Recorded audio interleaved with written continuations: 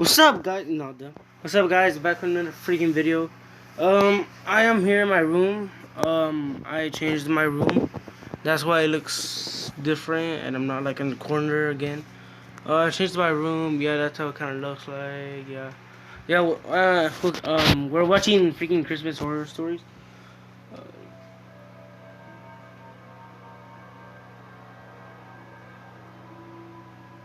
All right. So yeah, it's kind of creeping me out, but we're gonna watch this. So yeah. Alright, let's watch this. This happened back at a magical, delicate age when I still believed in Santa Claus. It was Christmas Eve night, or technically Christmas at that point. The time, I have no idea. All I know is it was late and everyone in my house was probably asleep. I woke up randomly to what I don't know, but I was probably extremely thirsty. I had to get out of my bed and walk all the way downstairs to the kitchen to get a glass of water. There were night lights on in the living room and kitchen, so I didn't have to turn on any lights to see where I was going. Whenever I was thirsty when I was a little kid, I'd always decide to finish the glass in the kitchen instead of bring it up to my room. I don't know why, just one of those stupid things I did as a kid. As I was sipping the water, I heard noises come from down in the den, where we had our Christmas tree. It sounded like a big bag. I peered my head around the wall leading down the stairway to the den, but it was a little too dark to see who could be down there. I actually thought maybe it was my mom, so I started walking down the stairs, and the rustling of the bag stopped. I turned down the couch side lamp, and there I was, greeted with a massive man, both in height and size, wearing a red suit and hat, and a familiar long white beard. It was Santa Claus. He waved me over, and I nervously but excitedly walked over to him. He patted my head and said he was just delivering my presents from his black bag. I looked at the bag, which seemed to be full of small boxes. I tried to get a peek in the bag, but he stopped me and said, "No, don't do that. It's a surprise." I noticed there were already some presents under the tree. He turned me around and whispered in my ear I need to go back to bed. For some reason I didn't go. I just turned around and kept looking at Santa. Eventually, he actually started walking me up the stairs, telling me we need to be quiet. He asked me which way my room was, and then he told me to go up the second flight of stairs. That was when I actually obeyed him. I looked down the stairs when I was at the top, and all I saw was the eerie figure of the Santa Claus looking up at me.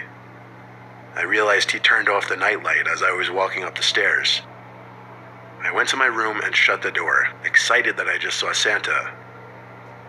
As I tried back asleep, I heard a loud bang from downstairs in the den. The sound traveled all the way back up to my room. I assumed that was Santa leaving the house.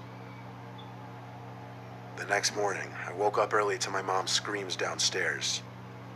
I ran down to the den, where my mom and dad already were, to a disturbing and confusing scene for my young self. There were no presents under the tree, and the sliding window was broken. I don't mean the glass was shattered, I mean it was slammed shut so hard it got knocked off the sliding mechanism. I confusedly asked my parents what happened, and explained that I saw Santa last night. When I told them this, they frantically tried getting as much info out of me as possible. My dad called the police, and when I asked him about the story for fresh details before writing this, he said the 911 operator said on the line that 2 other calls for the same incident had come in that morning. Apparently a man dressed as Santa Claus was targeting certain houses with accessible windows, and he was stealing the gifts under their Christmas trees. I believe there's a special place in hell for that man.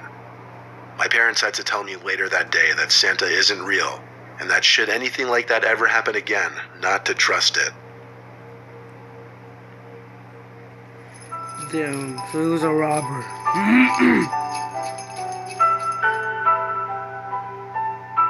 I once worked as a night security guard for a brief, horrible part of my life.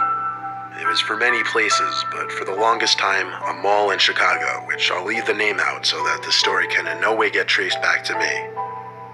As the lone night security guard in a huge city mall, it was very relaxing and laid back. But of course, working graveyard hours was the worst, especially when I had to do it on Christmas Eve night. I did my regular pacing back and forth the wide halls of the mall, occasionally having a seat by the big center Christmas tree, which would stay lit 24/7.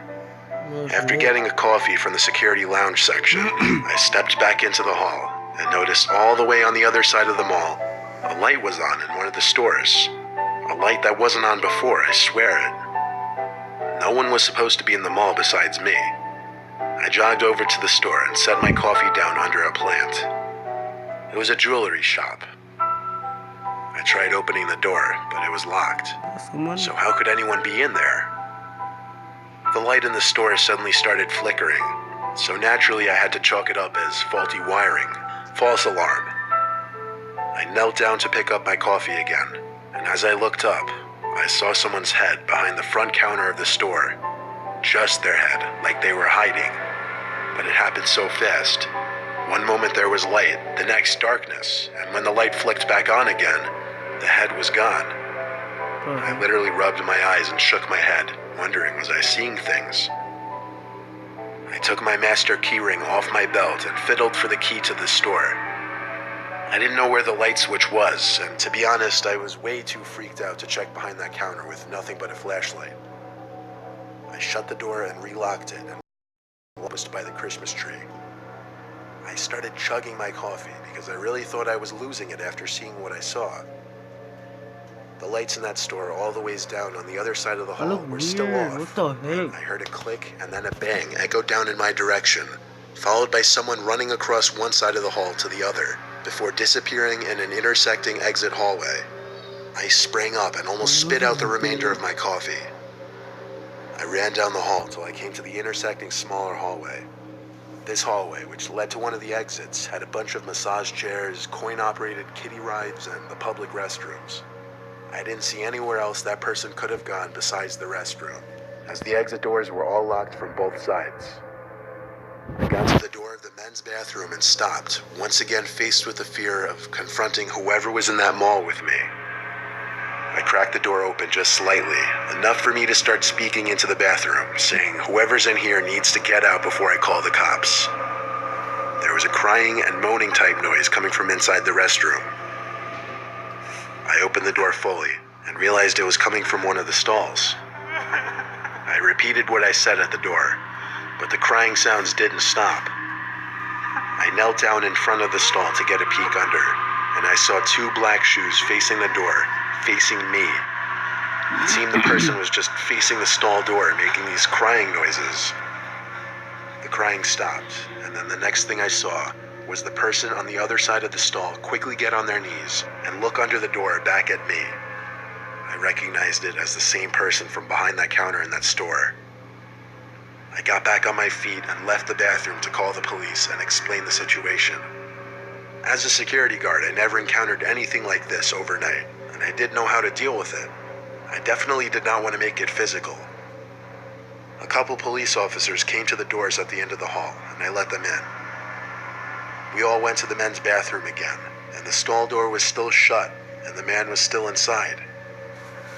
For the longest time, the officers demanded he come out with his hands up. After a while of him refusing to listen, the male officer started kicking in the stall door until it broke open.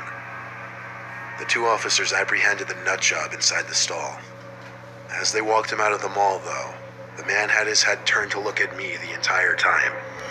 I looked away. His dead eyes staring into my soul genuinely disturbed me. He looked like he wanted to kill me.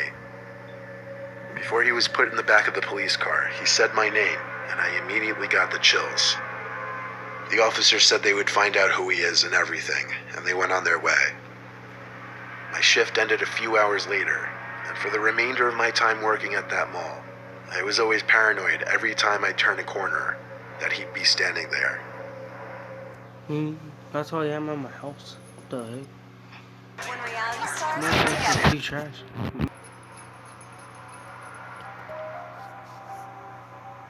Our parents had our youngest sibling much later than they had my brother and I.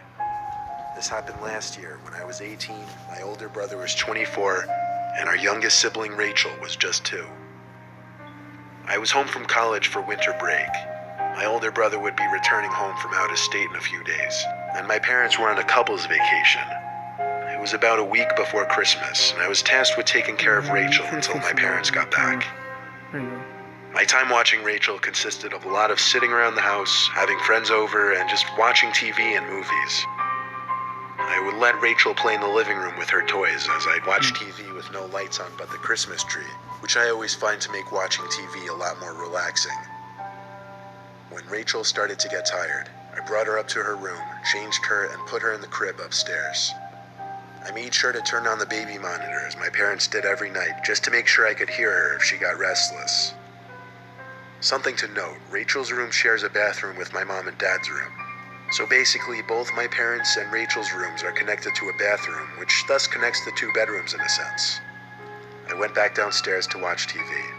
I think I was watching The Grinch when sounds started coming from the baby monitor. Distorted, human-like noises. It didn't sound like Rachel, so I hurried back upstairs to Rachel's room. I burst in so quickly and aggressively that she immediately awoke and started crying. I looked around the room naturally. Then I picked Rachel up and started gently rocking her.